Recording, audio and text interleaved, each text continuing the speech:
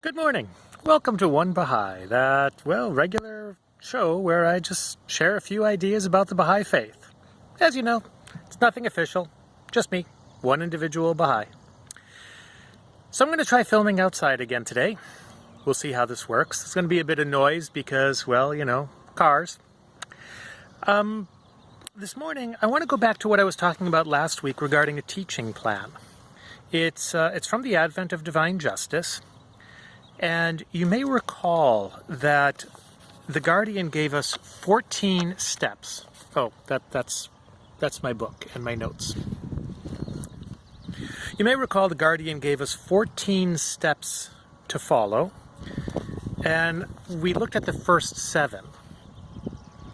In order, they were: resolve to arise, consider every avenue of approach, survey the possibilities in your own life, proceed intelligently and systematically, devise methods to meet people, bear in mind the dignity of the faith, and then consider the degree of the hearer's receptivity. Now, I find step 7 interesting because that's when you're actually dealing with a real person, no longer just a crowd. Up until that point, you've been casting your net wide, looking for the individual who is receptive. Now you find that individual receptive soul.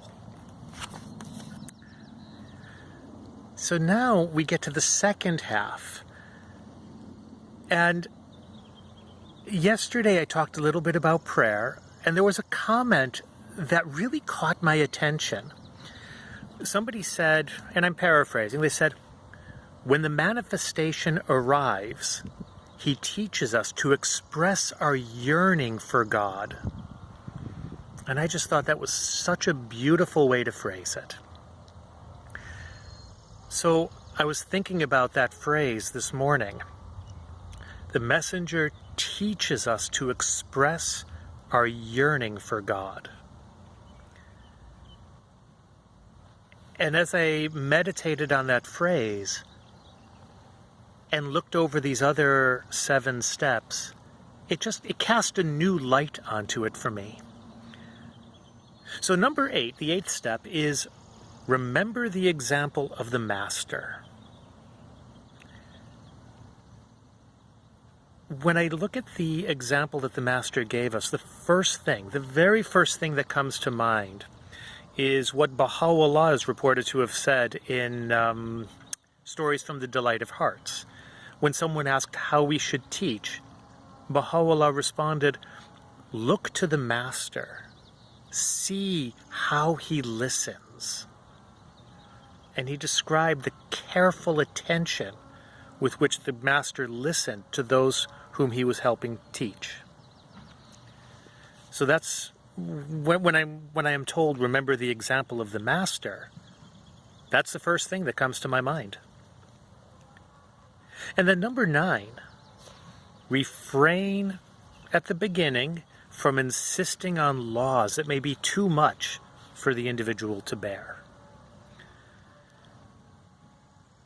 I think it was Hand of the Cause Dr. Mahajar, not sure, but I think it was, who said that the laws of the faith were like the fruit on a tree. You see, a new tree doesn't bear fruit yet. The weight of the fruit would break the branches. And I think he said that the new tree of faith can break under the weight of the fruit of the laws. So there's a wisdom. Refrain from insisting too much on them following the laws. There's another story of a group of people who had become Baha'i in a village, and they were still drinking regularly. And the Baha'is were very concerned about this. And I believe it was Dr. Mahajar said, if we try to tell them not to drink now, they will turn away from the faith.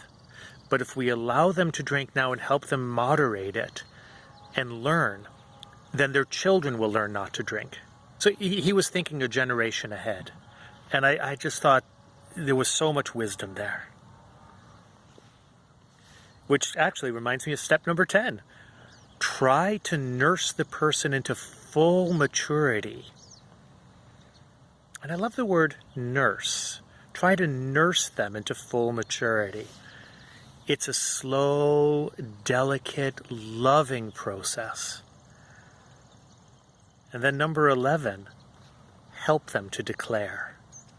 Sometimes declaration is one of the most difficult steps for an individual. They may have all sorts of reasons why they feel they cannot declare their faith. And we need to help them. We need to assure them. We need to nurse them into the understanding that declaration is just the next natural step. Number 12, introduce him to the body of fellow believers. You know, I've always found it intriguing that that's step number 12 out of 14. It's almost as if he's saying, don't introduce them immediately. And you know, we're also told that we Baha'is, we will be our own greatest test.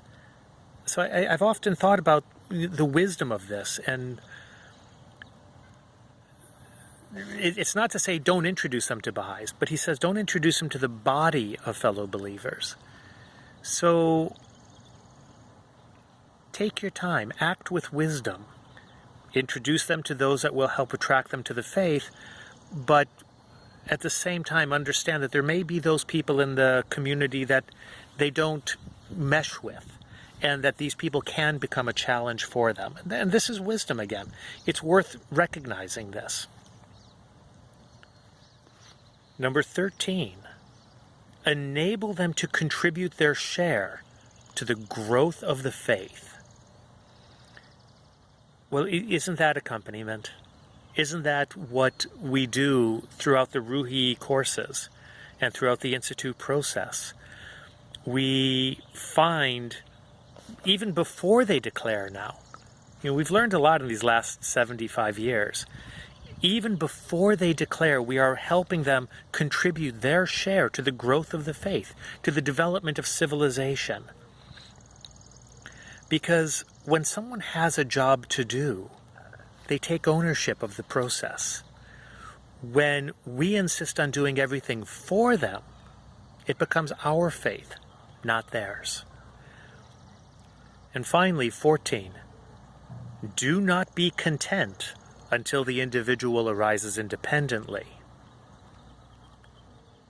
You see, once they've taken ownership, once they feel that this faith is theirs, that they have a role to play, that they are part of the growth and development of it, they will naturally look around, see what needs to be done, and start doing it. And that's when you know that they are safe and secure within the faith. I find these 14 points in the Advent of Divine Justice so profound. Now, there's one other point which I find really important.